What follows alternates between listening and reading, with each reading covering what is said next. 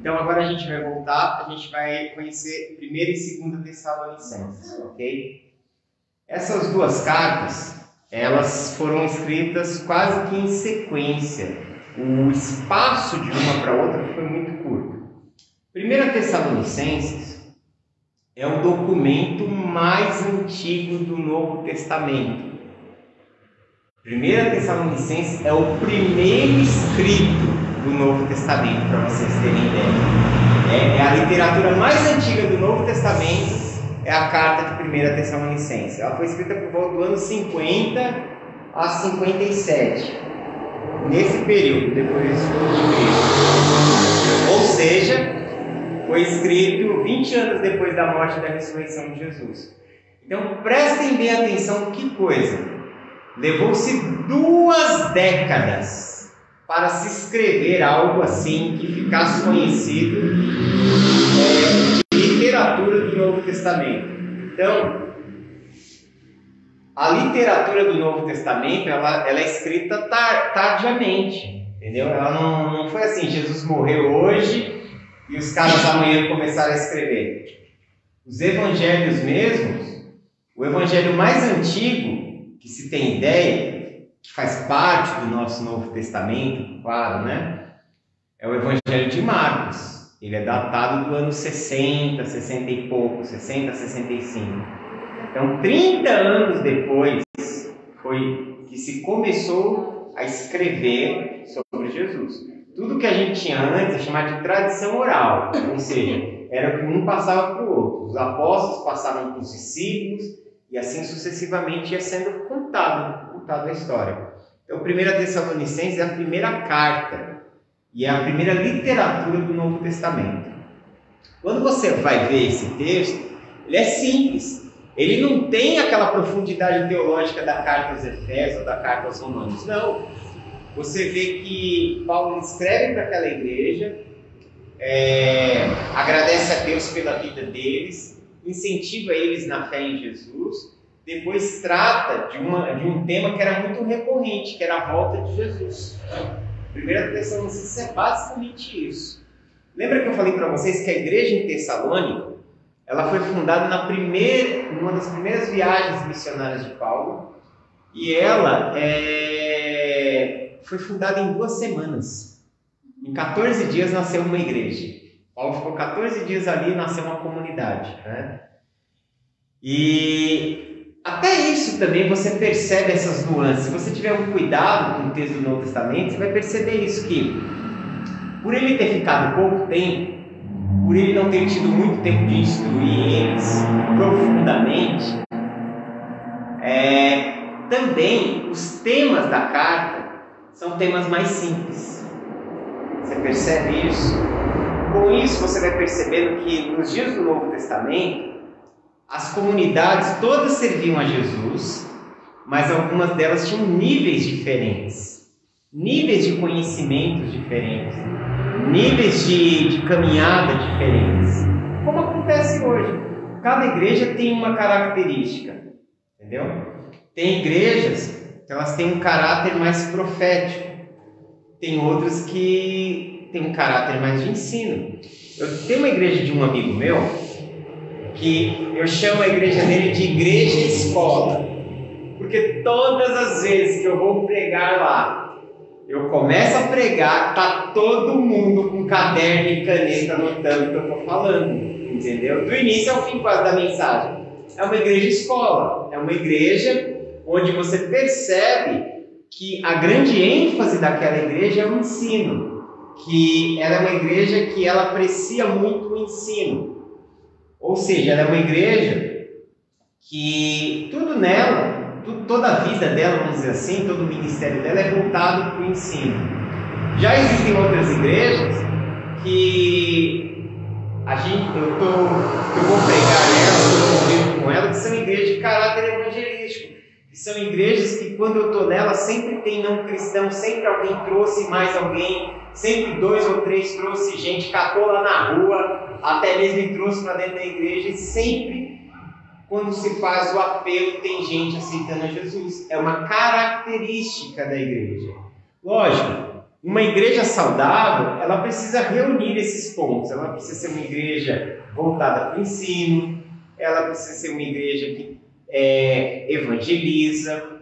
Porém, às vezes, ela pode ter tudo isso, mas sempre tem alguma coisa que se destaca nela. Existem outras igrejas, por exemplo, que eu convivo, que as pessoas, você vê basicamente que a grande ênfase é a oração. Elas são muito voltadas para a oração. São pessoas de oração, entendeu? E você vê que a mensagem, cada lugar desses que eu prego, eu percebo que a mensagem ela é diferente. Eu posso pregar a mesma passagem, mas as aplicações serão diferentes. A ação que eu vejo do Espírito é diferente. São igrejas que servem a Jesus, mas elas têm características diferentes, dons diferentes e caminhadas diferentes. Tem algumas igrejas que eu posso ter uma conversa mais profunda. Tem outras que eu não posso. Se eu fizer isso, não vai ser proveitoso. Eu não vou alcançar as pessoas. Tem igreja que eu tenho que chegar e ser papo reto. É isso, 1 mais 1 igual a 2, ponto final. Tem outras não. Tem outras que eu posso explicar a origem do 1. Entendeu? Então, assim, varia. Assim como pessoas. Porque assim, eu sempre trabalhei muito com pessoas da individualidade. Sempre treinei muito os pastores. Sempre treinei pastores no 1 a 1.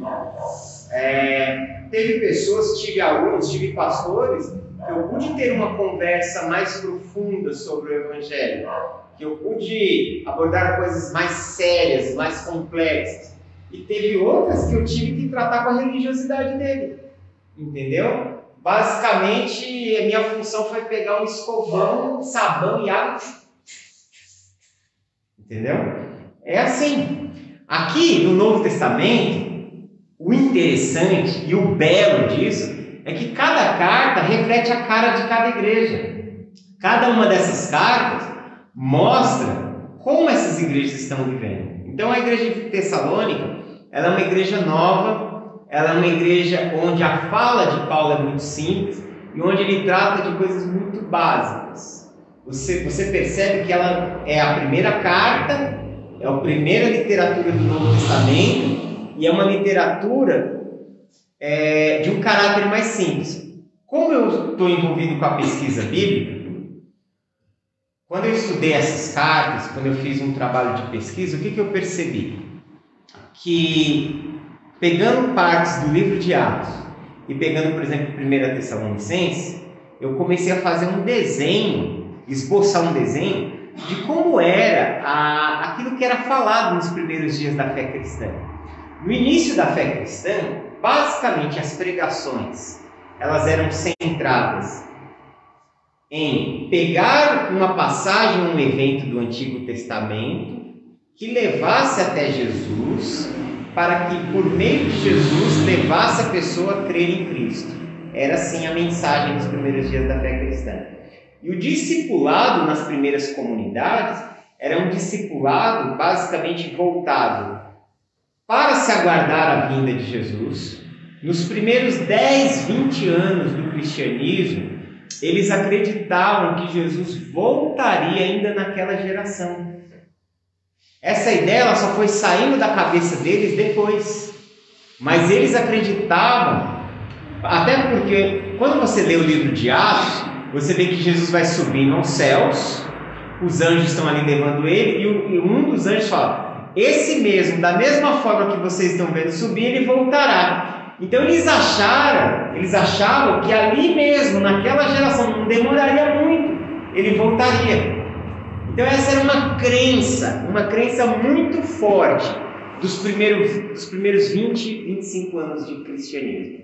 Então se falava muito isso nas comunidades. Depois os assuntos começaram a mudar, porque perceberam que não era algo tão próximo. Quando você olha para esse escrito, isso aqui é um dos escritos iniciais do apóstolo Paulo. É muito legal analisar 1 Tessalonicenses, porque até ele também está nessa perspectiva. Na primeira carta, você vê que ele está nessa perspectiva de que Jesus ele vai voltar breve. Na segunda carta, não. Na segunda carta é como se ele falasse, gente, é como se ele tivesse falado o seguinte: na primeira carta, ele fala que logo Jesus iria voltar, aí a comunidade não era madura para entender isso, a gente parou de trabalhar, parou de viver, e todo mundo começou a viver só em oração, e achando que Jesus ia voltar na semana que vem. Foi o que gerou. E aí ele escreve uma segunda carta e ele fala, não, gente, não é assim, não é assim, calma, entendeu? Não é assim, vai ter que acontecer algumas coisas primeiro para que isso aconteça. Veja só como você percebe o que é lidar com pessoas, o que é lidar com a caminhada, como a gente precisa entender que cada um está numa fase. Eu sei que tem muita coisa do que eu estou falando até agora aqui, tem gente que pegou 80%, 70%, não só pegar de memória, de lembrar, mas de compreender, de discernir. Eu sei que cada um pegou uma parte, uma fatia. Por quê? Porque cada um está num nível de compreensão, cada um está num nível de caminhada, entendeu? E o que é importante na vida comunitária, o que é importante no ministério de um pastor, de um líder, não só de um pastor, de um líder, seja você líder das irmãs, líder dos homens, líder dos obreiros, líder das crianças, líder dos adolescentes, dos jovens, dos músicos, seja qualquer liderança que você esteja, é saber enxergar onde as pessoas estão. Isso é muito importante. Você não vai conseguir fazer um trabalho eficaz se você não souber onde as pessoas estão, as pessoas que estão caminhando com você. Eu falo isso porque eu já estraguei muita gente também. Eu já falei coisas que as pessoas não estavam preparadas para ouvir e eu quebrei elas. Depois tive que pedir muito perdão a Deus, mas já estava feito. Não deu nem mais para arrumar, entendeu? Eu criei alguns monstrinhos nessa cidade. Sério? Entendeu? Criei, infelizmente, entendeu? Por quê? Porque eles não estavam preparados para receber determinado tipo de conhecimento, receber determinado tipo de informação. O orgulho e o ego ainda não havia sido tratado, entendeu? Aí eles ficaram pior do que era. O que era para ajustar, arrumar e tornar melhor, tornou pior. Infelizmente, é o que acontece, entendeu? E isso está na minha conta, disso eu tenho certeza. A Escritura diz em Tiago 3,1, não queiram muitos de vocês serem mestres, porque vocês prestarão contas da liderança de vocês. Nesse aspecto, você que for prestar conta a Deus, entendeu? Hoje eu sou muito mais cauteloso com isso.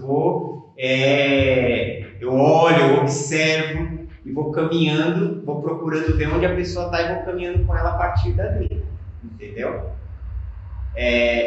E aqui o Paulo ele fez isso, ele colocou algo pesado para eles, que eles se perderam, uma informação que eles ainda não tinham maturidade para absorver. Então o capítulo 1 ele começa com uma saudação, ele elogia aqueles cristãos. No capítulo 2 ele fala de como ele viveu com os Tessalonicenses enquanto ele esteve ali, entendeu?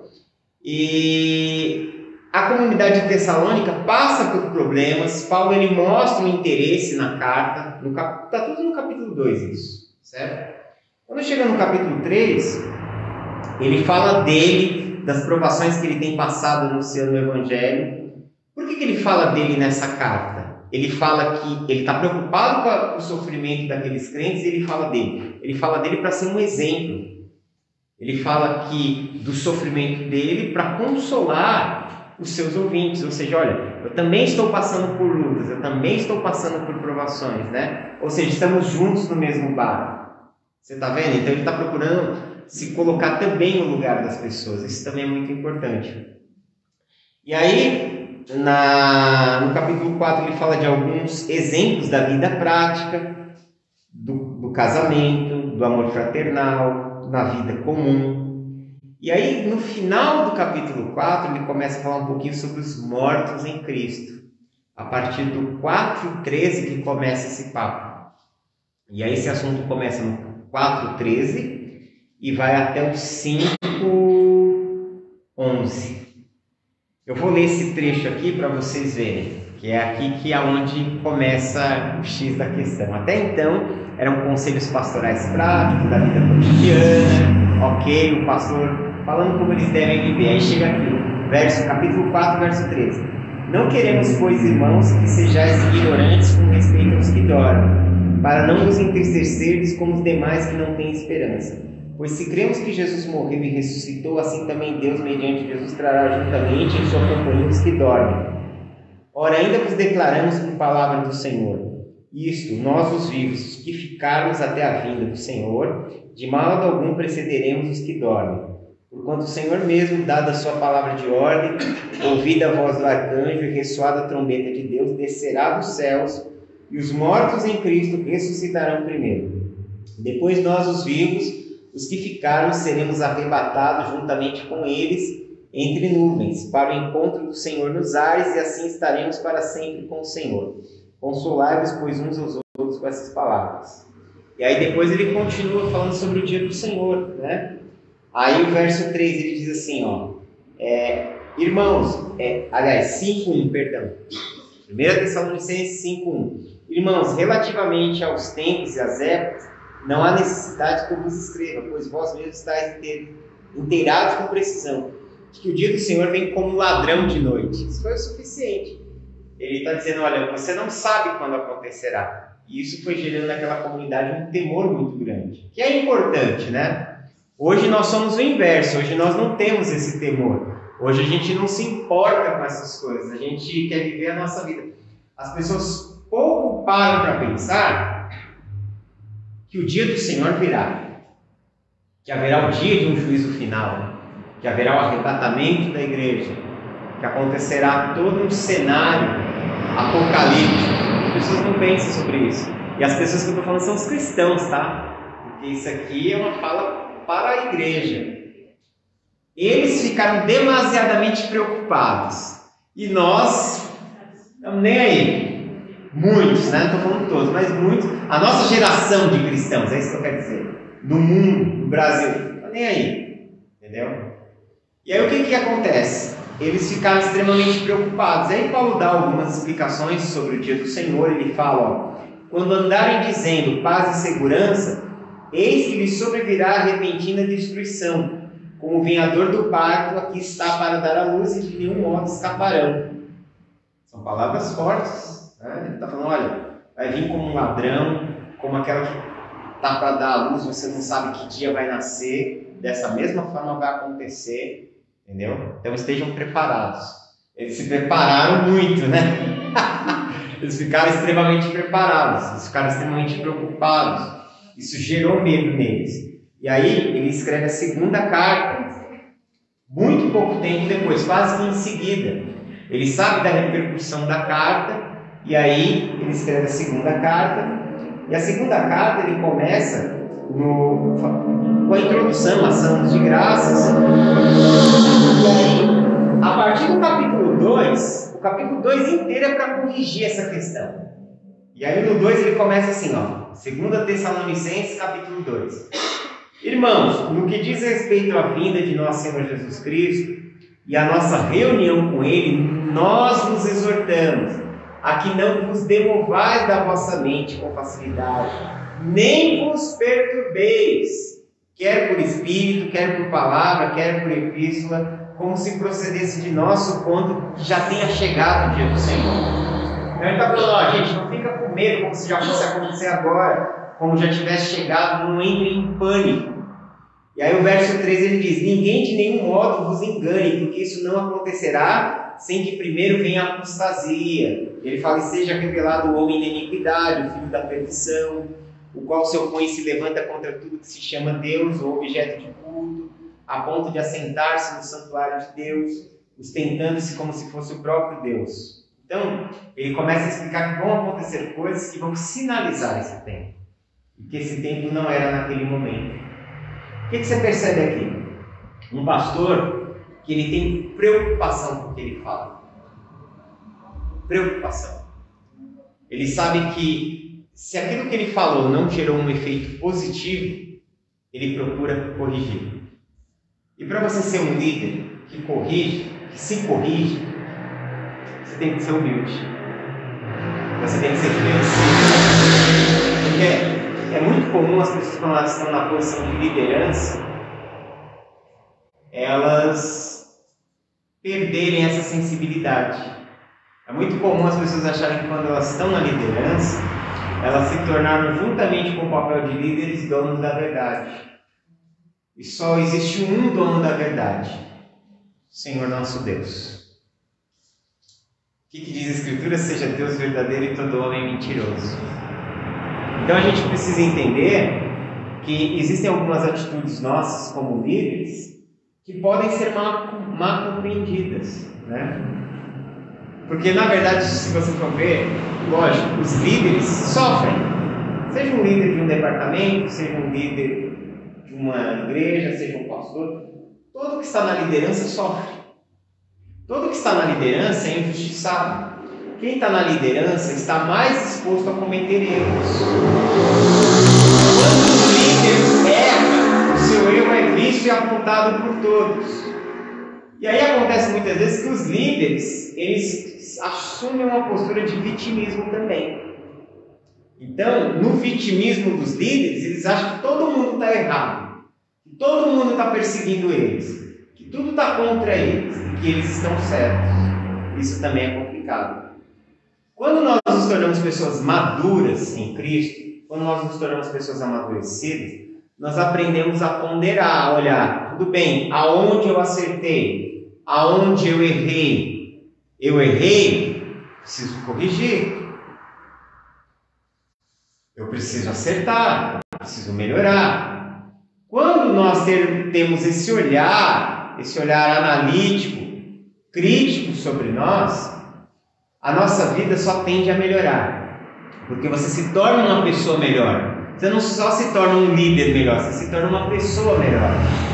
Quando nós aprendemos a olhar para nós, e agora eu vou abrir para todos os aspectos da nossa vida, para os nossos relacionamentos, para as nossas convivências. Quando a gente começa a olhar para a nossa vida e começa a enxergar que eu sofro, que eu sou machucado, mas que eu também machuco, eu também tenho atitudes que ferem os outros. Eu fico triste porque os outros me ferem, mas eu também firo os outros. Eu também erro com os outros.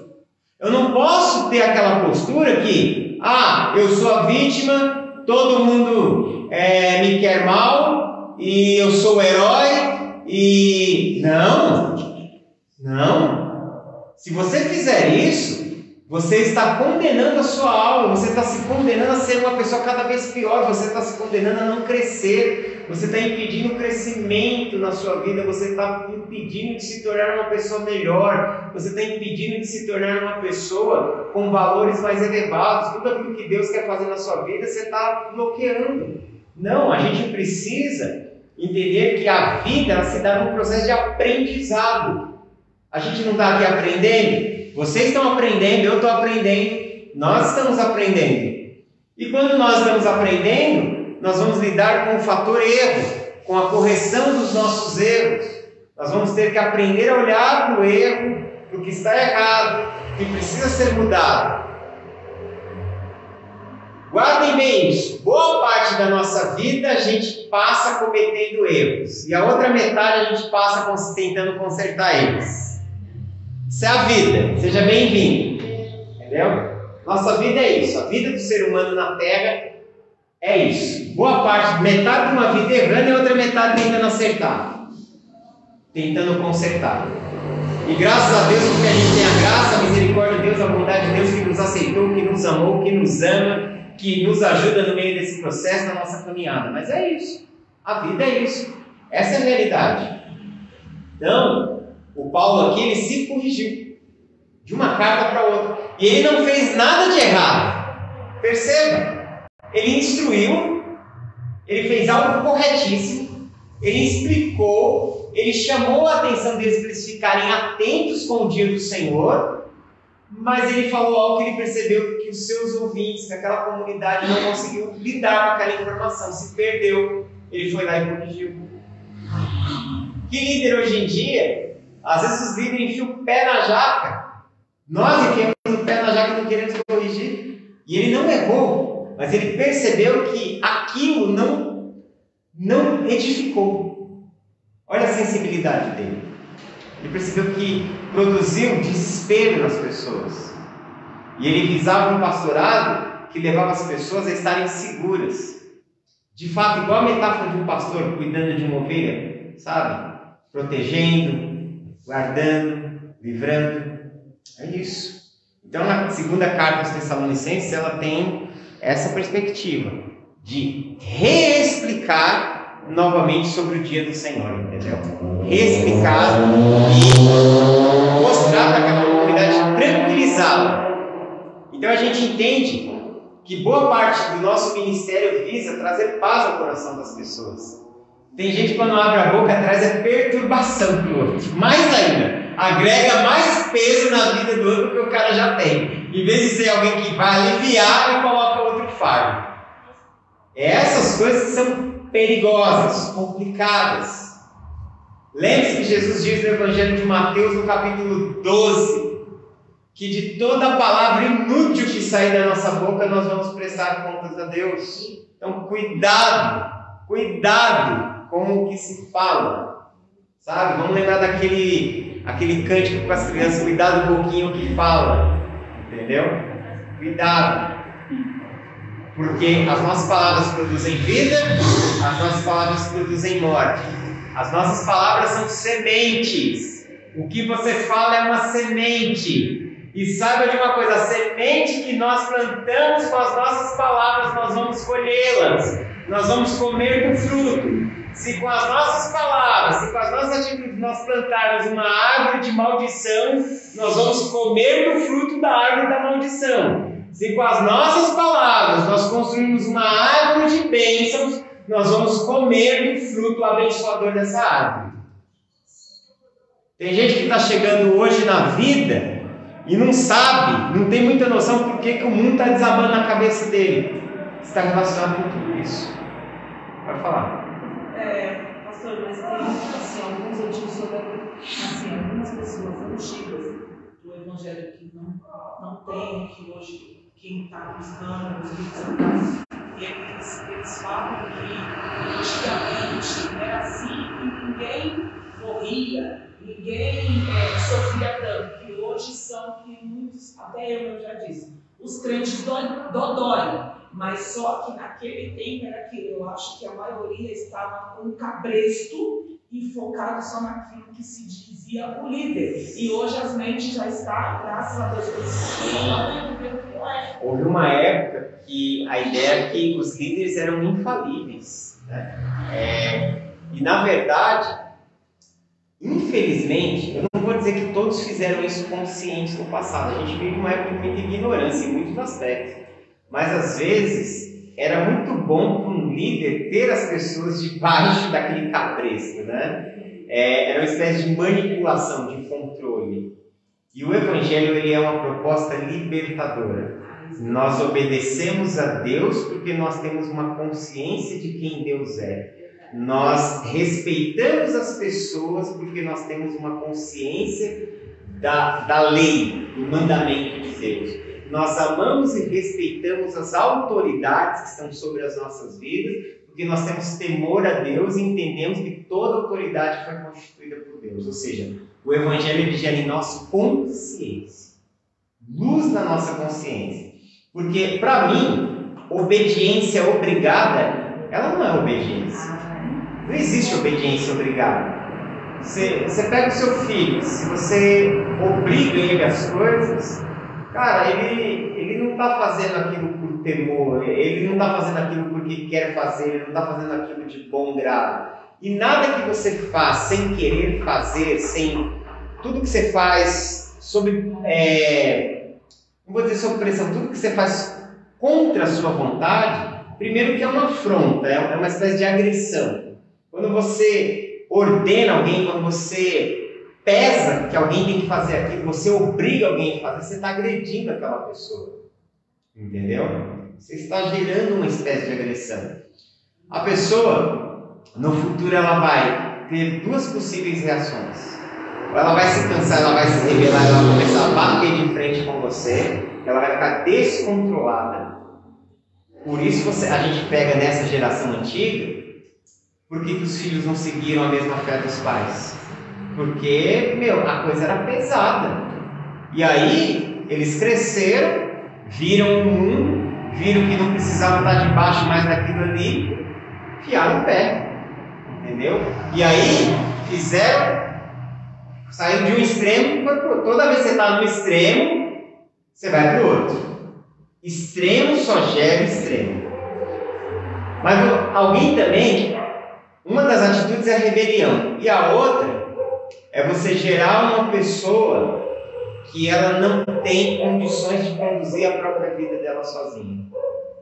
Você pode ver que filhos que foram muito oprimidos pelos pais, ou eles têm uma atitude de rebeldia, ou eles se tornam pessoas altamente dependentes dos outros, emocionais, e que acabam sendo manipulados, escravizados na mão de qualquer um.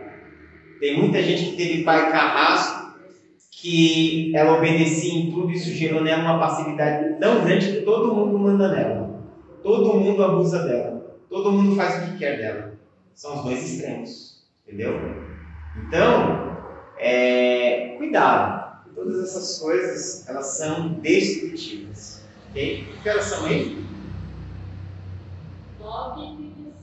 9h35. Então, a gente vai fechar na segunda aos Tessalonicenses. E vou ver se eu faço um pequeno videozinho das outras cartas e mando para vocês. Explicativo. Ok? É isso aí. Deus abençoe em Cristo. A vocês também que estão acompanhando aqui pela live aqui no Facebook, também Deus abençoe. Grato a Deus por você estar acompanhando essas aulas. Forte abraço a todos e até mais.